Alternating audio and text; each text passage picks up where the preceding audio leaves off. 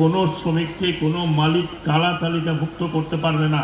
কোনো শ্রমিককে কারখানার মালিক কালো তালিকাভুক্ত করতে পারবে না, এমন সিদ্ধান্ত নেওয়া হয়েছে বলে জানিয়েছেন শ্রম ও কর্মসংস্থান উপদেষ্টা brigadier general M Sakhawat Hossain.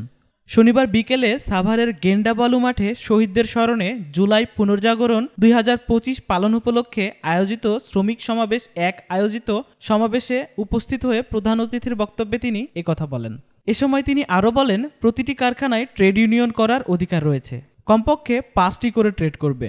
পরে সিবিআই নির্বাচনের মাধ্যমে নির্বাচিত প্রতিনিধিরাই সরকারের সাথে শ্রমিকদের সুযোগ সুবিধা নিয়ে আলাপ করবে। এ সময় মহিলা ও শিশু বিষয়ক উপদেষ্টা শারমিন এস মুর্শিদ, প্রাথমিক ও গণশিক্ষা মন্ত্রণালয়ের উপদেষ্টা অধ্যাপক বিধান রঞ্জন রায় পোদ্দার, প্রাণী সম্পদ উপদেষ্টা ফরিদা আক্তার ও বিজিএমইএ সভাপতি সহ কর্মকর্তারা উপস্থিত ছিলেন। আমরা অলরেডি একটা নির্ণয় নিয়েছি, যেটা এখন ফাইনালাইজ করতে যাব। ট্রেড ইউনিয়নের বিষয়টি আমরা অত্যন্ত শিথিল করেছি।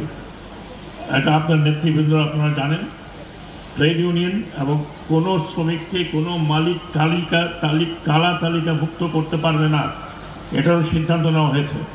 এবং এটা করতে গেলে মন্ত্রণালয়ের কাছেই আমরা এই ক্ষমতাটা রাখতে চাচ্ছি। আমরা ট্রেড ইউনিয়নে কারোর নাম প্রকাশ্য করতে দিচ্ছে না, শুধুমাত্র এবং ইন্সপেকশনও হবে না, শুধুমাত্র তাদেরই যাদের সম্বন্ধে হয়তো আমাদের কোনো সন্দেহ থাকতে পারে। এবং প্রত্যেকটি কারখানায় ট্রেড ইউনিয়ন করার অধিকার রয়েছে, অন্ততপক্ষে 5টি, মিনিমাম 5টি ট্রেড ইউনিয়ন একটি করবে। পরে একটি সিবিএ নির্বাচনের মাধ্যমে সিবিএ নির্ধারিত হবে, তারাই সরকারের সাথে শ্রমিকদের পক্ষে যা দাবি দেওয়া আছে সেগুলো উত্থাপন করবেন এবং তারাই হবেন বার্গেনিং এজেন্ট।